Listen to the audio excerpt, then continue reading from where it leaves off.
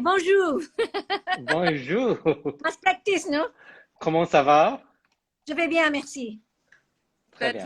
Fantastic. So they've just said hello to each other in French, and the reason is because the three of us are going to be some of the collaborators that are going to Paris. Is a wonderful, famous Paris-based shoe designer, and his brand Mashizan is known to many, many ladies for having exquisitely designed shoes that are super comfortable. I myself am a proud owner of a pair of shoes that I bought earlier in the year, and so he's already there. Oniatta is going to represent Singapore by heading up, and she's going to be, of course, showcasing her brand, Baju by Oniatta. The idea of creating a collective where, a group of designers come together to support one another and to showcase the best of our works to an international audience. I've been based here in Paris for the last 4 years, and it's great to be here to soak in the DNAs of some of the brands that have been around in Paris for a long time. And I think it's time to sort of share that knowledge as well. And I think part of the whole experience is kind of to introduce Singapore brands and designers of the microcosm of the fashion world that Paris is at this point in time. And so that's how it all began. And I gathered a group of like-minded friends first. And then, of course, more people joined us through associations like Textile and Fashion Federation, as well as introductions through Enterprise Singapore, Design Council of Singapore, even STB also made some introductions to us as well. So it's been quite an amazing platform for us to sort of get together. And you guys know this. I mean, sometimes we have our own little group, WhatsApp group chat, and everyone sort of contributes ideas into how to make this work. I mean, for example, Adeline, whose specialization is visual merchandising, contributed to the whole layout of the plan of the space as well. Everyone sort of chips in, coming up with collaterals and images. And you referenced Adeline for being an expert in visual merchandising, and Adeline, of course, is the designer for Nude by Femme. Today, right here, we have Mashizan, of course, the guru who's based in Paris from Mashizan Official. It's a wonderful shoe brand, and Oniatta is here today representing Baju by Oniatta. And I was wondering, maybe for some of the audience that doesn't know, who else is joining us? Mashizan, would you share with us some of the designers and brands that are coming up? Sure. So there is Nida Shea, our friend and designer, Nida Shahira Tahir. She is joining us, as well as Yiling from The Missing Piece. Yes, Jin Lee as well. Jin Lee from Jin Lee Studio. Jin Lee from Jin Lee Studio, as well as two accessories brands, Intrigue by Jamie Lim, as well as Stephanie Chu from Eden and Ellie. And then, of course, there are other brands who are joining us. They're not quite fashion, but including this Humid House. They are botanical design specialists, and they are going to help transform our retail space into incorporating lots of flowers and even fruits. I'm seeing potentially. So don't be surprised if you get to see a bit of durian or rambutan over there. Fantastic. And there's also a fragrance company as well that's joining us there. Yes, indeed. There is the brand called Cipher Aromatics. They're joining us. They're the latest entrant to join us on this platform. Fantastic, wonderful. And then we've got two skincare brands as well. My little brand, Straight Skincare. Oh, yes. Just a tiny little one. But it plays quite a part because I understand that the theme is a journey of 5 senses. And so when people come in, they're going to receive the hand sanitizer that's by Straight Skincare, and they're going to be able to do a deep inhale for the aromatherapy, and it's them on that journey of the senses. And also a much larger beauty brand, Dr. Georgia Lee's brand, yeah, of course, is going to be part of this too.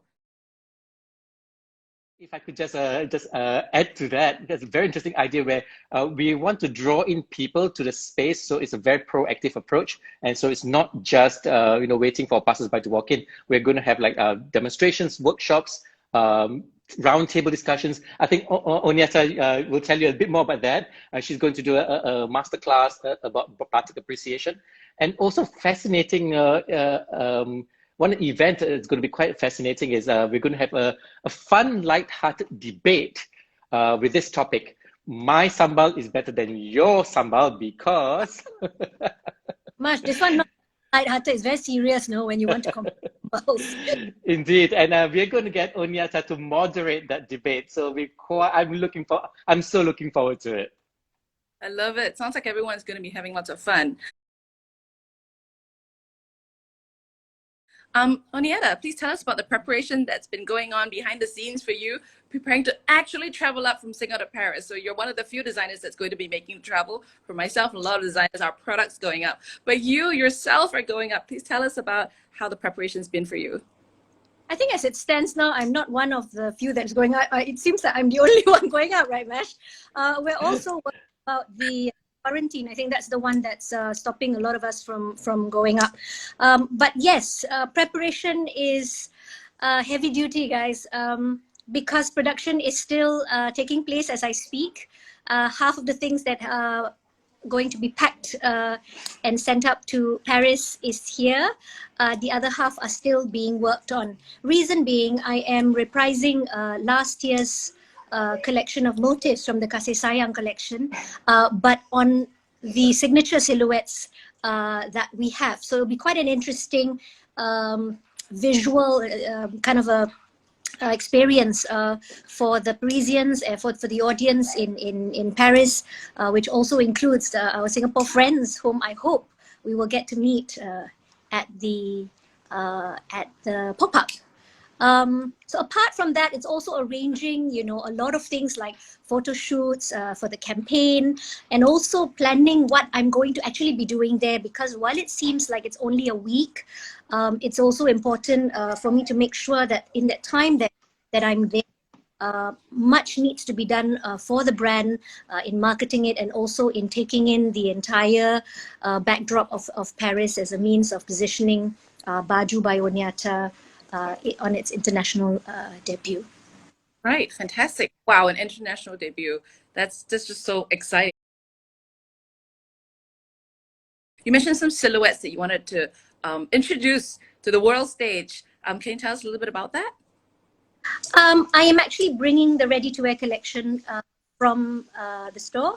The silhouettes that the Baju by Oniatta fans and batik lovers are familiar with are the Merdeka jackets, which is what I'm wearing, and Jade is also wearing that right now. Mash, yours is ready, it's on the way. It's gorgeous, Mash, yours is red and purple, so I can't wait to see you in it. Of course, the all-time favorite Utama pants. I believe, Jade, you have that one too yesterday, now early morning. Help myself, but buy them. They're just amazing. So we have the Utama pants, which is a pair of pants that has this flap in front that makes it look like a sarong, and it marries batik tulis, which is hand-drawn batik, together with lurik, which is hand-woven, traditionally hand-woven fabric. So those two are the signature champion of all champion pieces that are going up. But I'm also bringing back silhouettes from a few years ago when I first started, and these would be very, very I'm looking forward to this. It would be very appropriate for the weather in Paris at that time. I think March, it's about 10 to 17 degrees. By my standards, that's like cold. Not yet. It's now, today is 22. Sorry, today's 22. Today's 22, yes.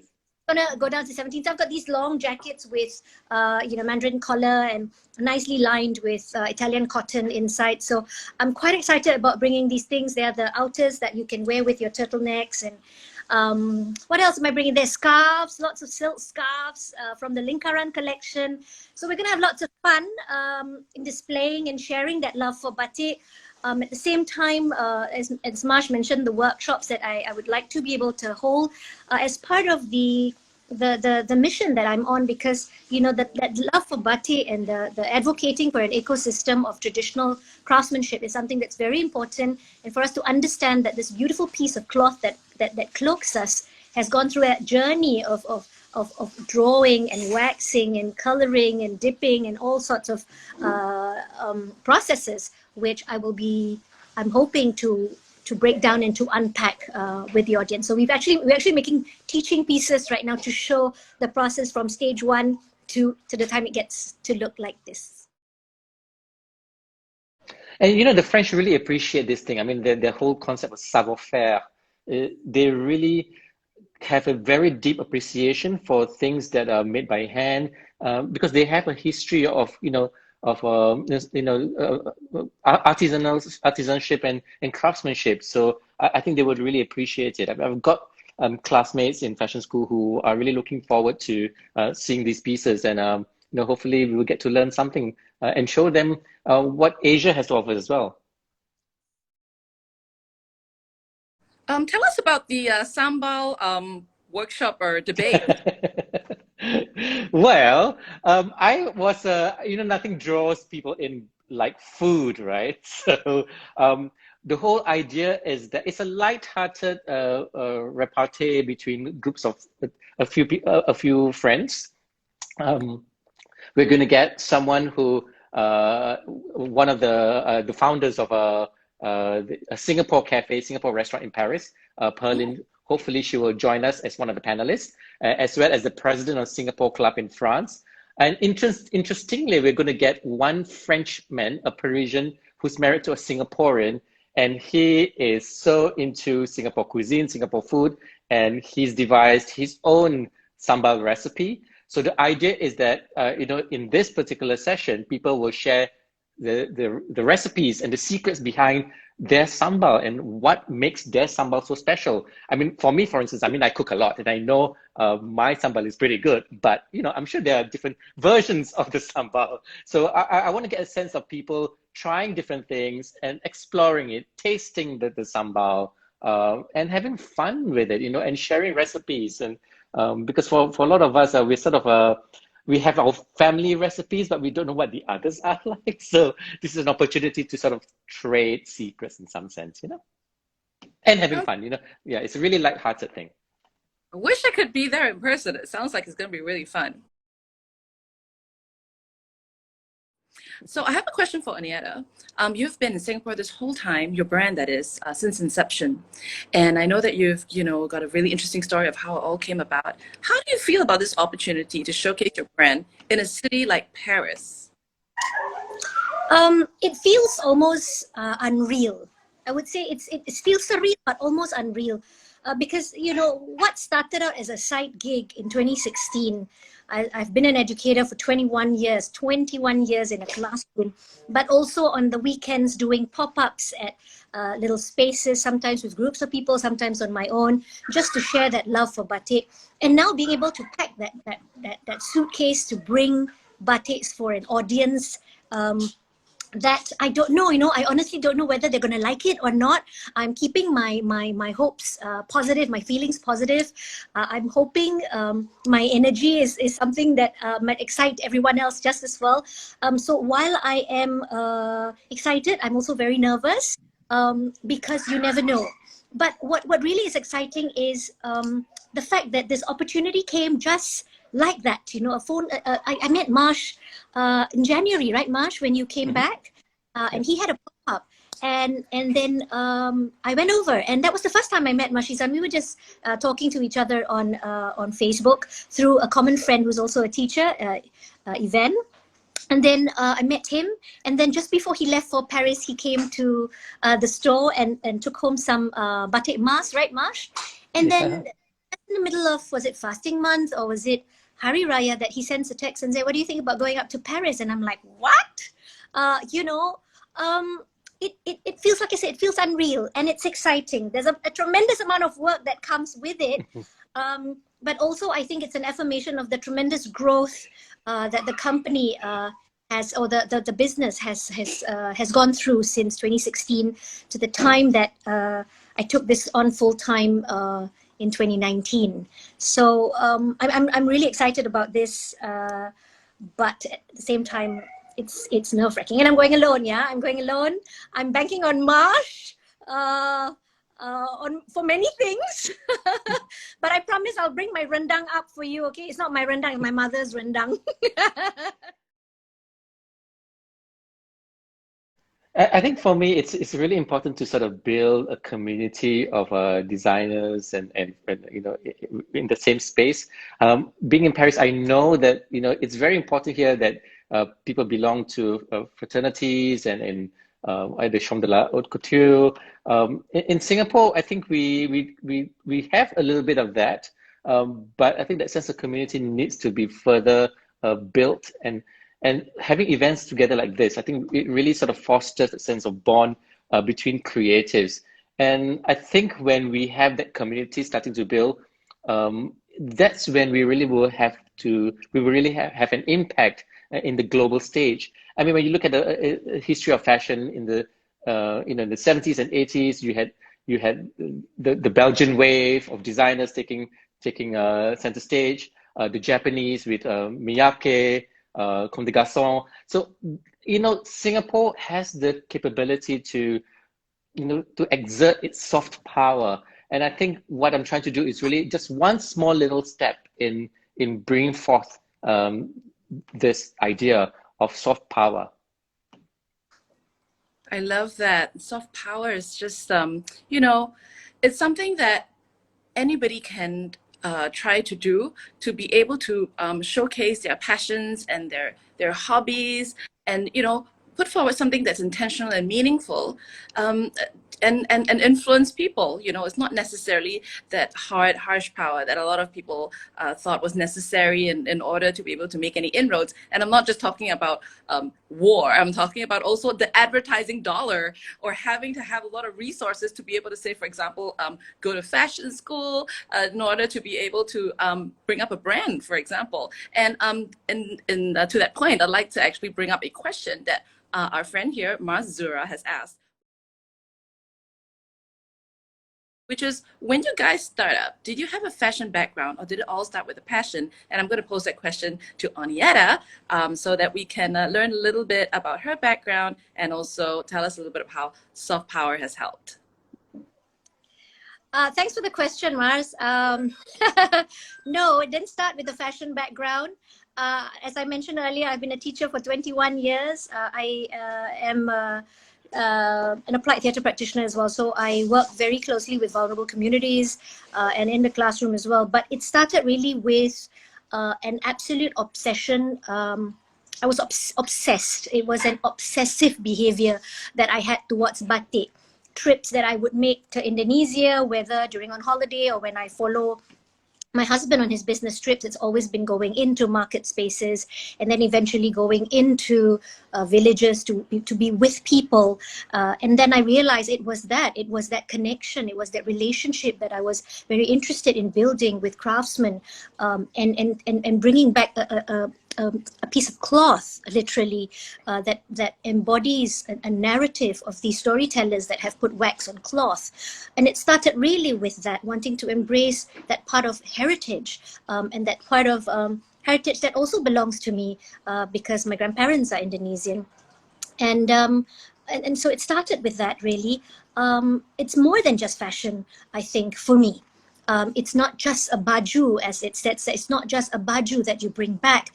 It is someone's story, a bit of mine, a bit of the makers, and then you wear it and cloak yourself with the goodness of what the batik holds. With each of these motifs, like the one that I have right now, the Sidomolio with the tuntrum background here, all these bear certain messages and symbolism, which I'm hoping to be able to communicate with the Parisian audience, or with the Singaporeans who are in Paris when they come to see me and to see the collection. That's so cool. Could you give us an example of a message or a symbol that you could just tell us about right now? Sure. Let's talk about the one that Marsh is getting, okay? There's no surprise. I chose a forbidden motif, which is no longer forbidden because you're not allowed to wear it in the royal Javanese courts, and also it was only reserved for the royalty and the court officials. So the parang motif, which is it's a clear Javanese batik motif, classic one, is a symbol of power and strength and courage, which I see in Marsh in the work that he does. But what happened is I put this motif into the Kasih Sayang collection. So the Kasih Sayang means, Kasih plus Sayang means love and affection. And my friends who are batik researchers in Indonesia said, Oniatta, how can you put parang, which is what people wear to war, into love? And so I looked at them and I said, but that's why people go to war, right? They go to war because they're fighting for something that they love, whether it's the women, the country, the people. So That's the one that's going to you, Mash. It's ready already. So it's flying in a few days' time. Thank you. Jade, the one that you are wearing is a bit more contemporary because you're big flowers and all that. So some of them are very traditional motifs. So this is a very contemporary one with flowers and flora and fauna. But there are some with very traditional motifs that deserve some storytelling. Thank you. That's so cool. And I noticed that my jacket that I just recently acquired is reversible. Oh, fantastic. That's so cool. Are a lot of them this way? The Merdekas are all reversible. So you can wear it both ways, either the batik tulis way or the lurik way. So your based on your request, Mash, your inside one is purple stripes. That's my favorite color. I told her.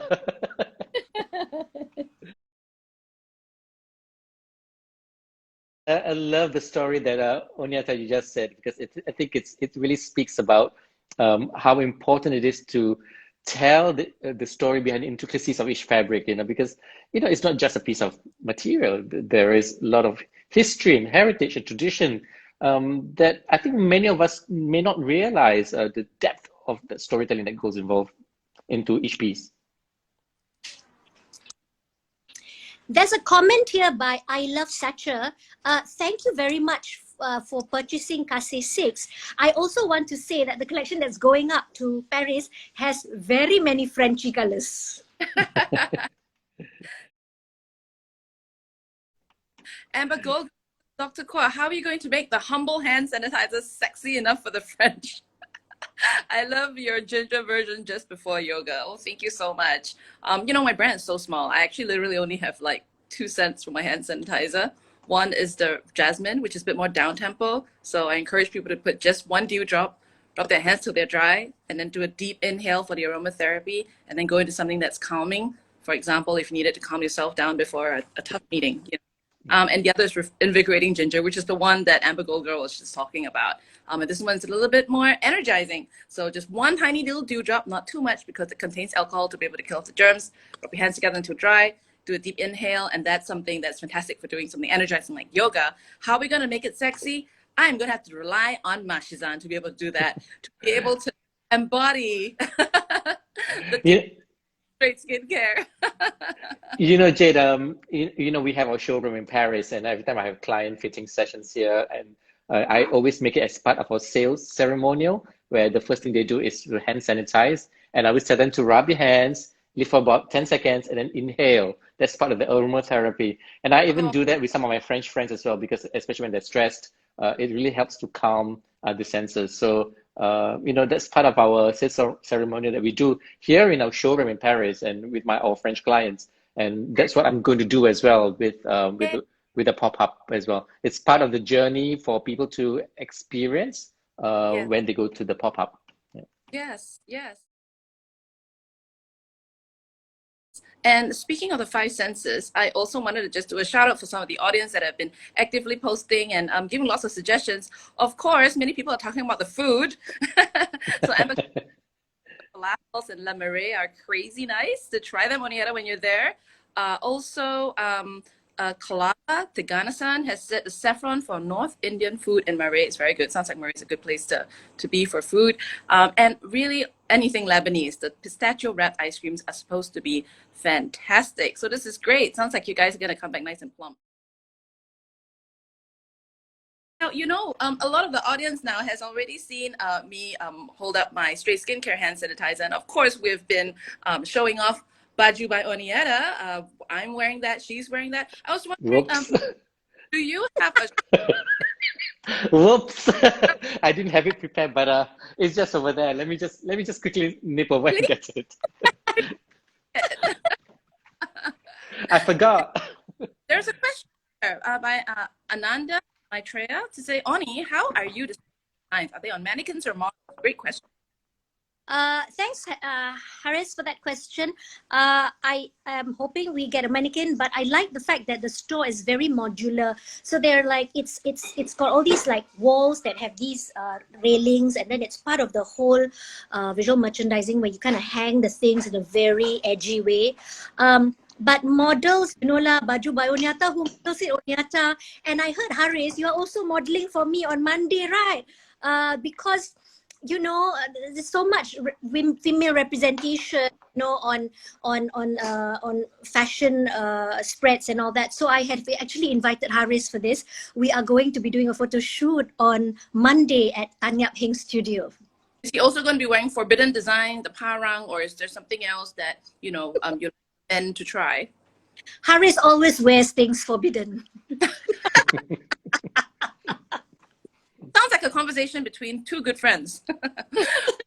Now, Mashizan, of course, is back. And do you have the shoe that you want to show us? So I'm known for my iridescent patent leathers. So that's been our signature look. So it changes color in the different angles of light. I think, Jade, you have a pair that is copper and bronze. So this one is the blue, green, purple pair. It's a simple pump. We also have them in flats like this. Yes. So if you're into ballerinas. So I've even started doing sneakers now as well. So sneakers with our peacock motif, and it's also quite popular for us as well. I'm actually working on my 10th and 11th collections now as we speak, and I'll probably will debut them at a pop-up as well. But it's been a 6-year journey for me doing this, and it seems to have gone very quickly. But building a brand from scratch, it's not easy. It takes a lot of work. Yes, fantastic. And I remember I first met you in Paris. Oh yeah, that's right. You did. We went to have oysters, right? That's right. It was Paris Fashion So our Week. showroom basically is this, right? So it's right in the heart of Paris, and only you'll see this when you come and stay with us. It's also it's very Dior in the 50s kind of a situation where you can have a showcase and the models are really up close and personal with you. You can touch the fabrics, you can feel the shoes. So our space here is classically Parisian. It's a Haussmannian building. So it's a space where people come and try on shoes, experience the brand, get to know the stories, and also sometimes I cook for some of my clients as well. Wow. I cannot wait to go there when I can. Maybe we'll do this again next year, right? And then hopefully things will be better on the COVID front. There was a question for you, Mashizan, from, I believe it's Haris. He says, but men's kasut or not? Yes, I do actually. I've started to do men's. So even the sneakers, they come in men's sizes as well. And actually my next collection will have more men's loafers as well. But it's always the concept of it. Because our shoes are all handmade in Florence, Italy. So we design shoes that are versatile. You can wear it to work. You can wear it in the evenings as well. It's not super casual, so you dress them up or dress them down. But it's pretty versatile. Right, Mars Zura wants to know, Marsh, do you have a fashion background when you first started up, and what made you move to Paris? That's a great question. Thank you. Yeah, so my background is actually in television documentaries. So for about 18 years, I was a television documentary producer. I lived in New York for 6 years and moved back to Singapore to continue my TV career. But in my early 40s, I had a bit of a midlife crisis. I decided to go to Florence to do shoe designing, to learn shoe designing and shoemaking. It all began from there. Initially, it was just going to be for fun. It wasn't supposed to be a serious thing. But that training in an artisanal school just evolved and developed into my first collection. And I launched the brand in 2015. Right now, I'm actually pursuing an executive MBA at Institut Français de la Mode. It's the top fashion school in Paris. So it's, I think, constantly learning about the industry is something that you must do as a designer. Learning about your brand universe, your design voice. I think those are critical skills that you need to have if you want to launch a brand. But there are many paths to getting there. So you don't necessarily have to go to one specific path. You can have different options. You can do different things and get to where you want to be. Yes, and that's the beauty of collaboration, right? Because we all bring different things to the table. Some of us, like alluring Adeline, fantastic with visual merchandising. Of course, bringing her experience from Nude by Femme. Oniatta, I'm sure there's something from that background as an educationist that's very, very helpful. You're Storytelling. Yes, exactly. Storytelling as well. And also, she's so disciplined. I have to tell you guys, I mean, working with Onietta on this project, there, any deliverable that needs to be done is done perfectly by her. And she's so kind to be able to, bring all of our creative assets together and sort of like make slight edits so that it's cleaner, sharper, the message is better put across. And I'm so, so grateful to be working on this with Onietta. And of course, Mashizan with his experience, his vast experience, having lived in so many cities, that really helps to bring that international feel, which is what we really want to do with our Singaporean brands, to just really get them on the world stage. So, I mean, it's the power of collaboration, really.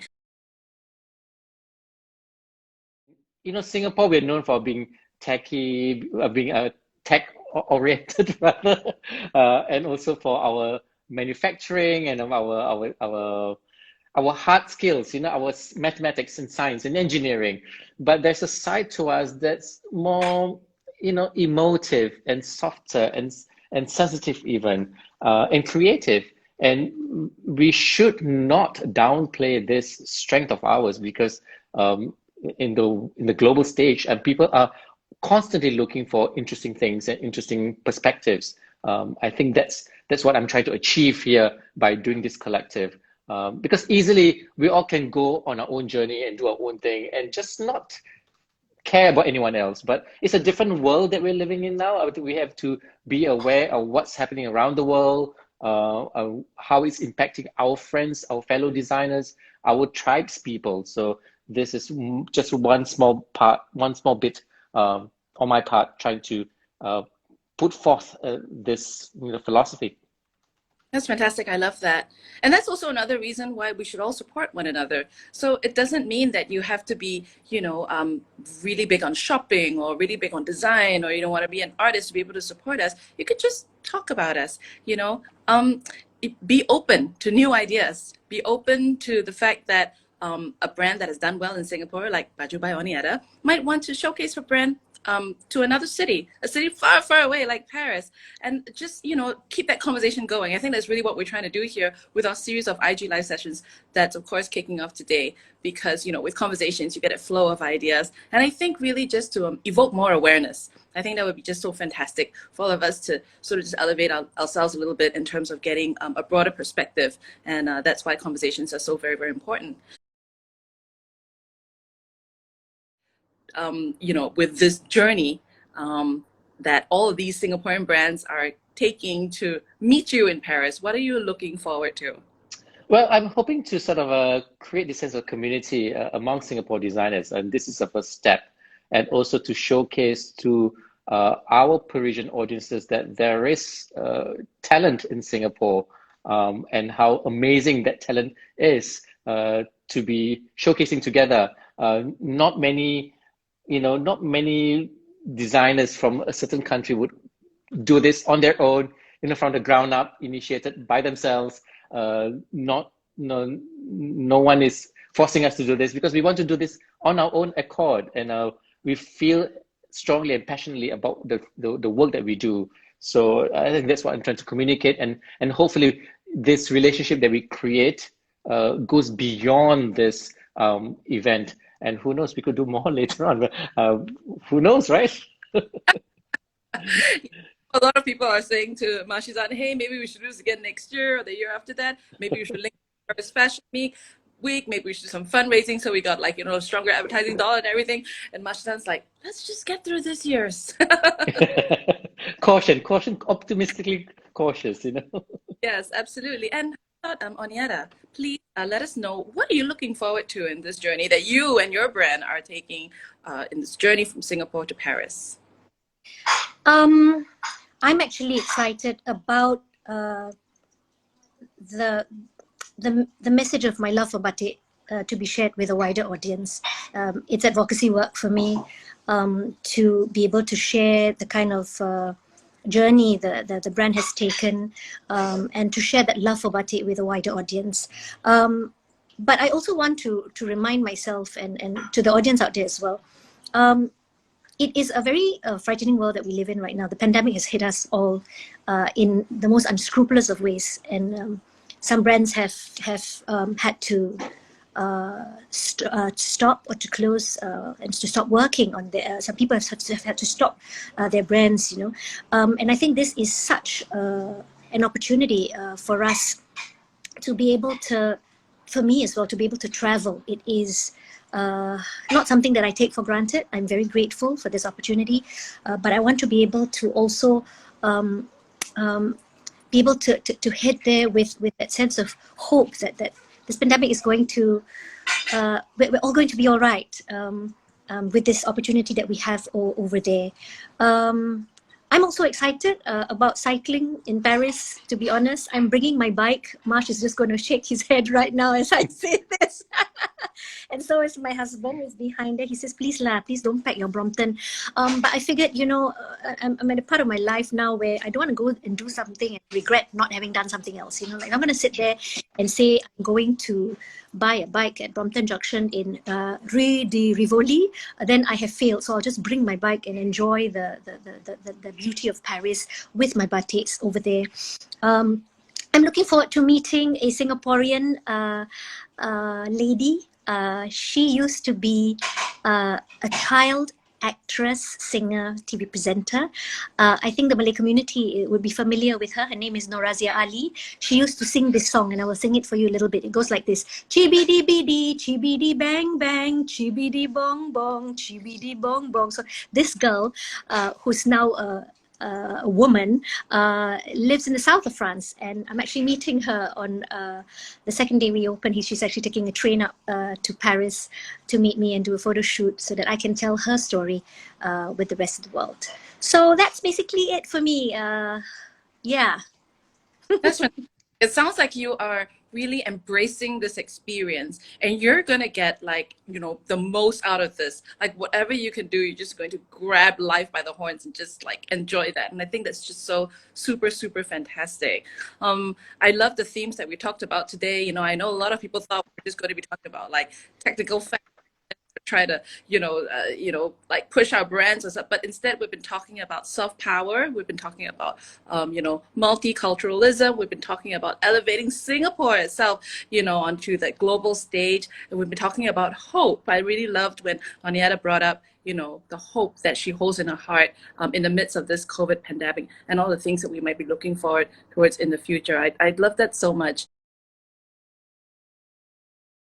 Because, Mashizan, you were right. A lot of people know Singapore for, for its hard edges, being really, really good in the meritocratic world, having, pretty good standards in essential things. And, some time ago, I think there was a remark that was passed in the media about how art and design and all that were non-essential. And that, I think it hurt a lot of feelings. And now, when you think about it, in the midst of a global pandemic, the concept of design and multiculturalism, the concept of collaborative economy, the concept of sharing ideas, this whole thing about soft power, the power of art, beauty, sending messages across through symbolism, for example, in the batik. I mean, that's powerful. I can't think of anything more essential than that to bring us together. Indeed. Well said. Thank you. And it was really, really lovely to have this conversation, the three of us today. And for those of you who are interested in continuing with us in conversation with our journey, we are going to be hosting another IG Live session on Monday.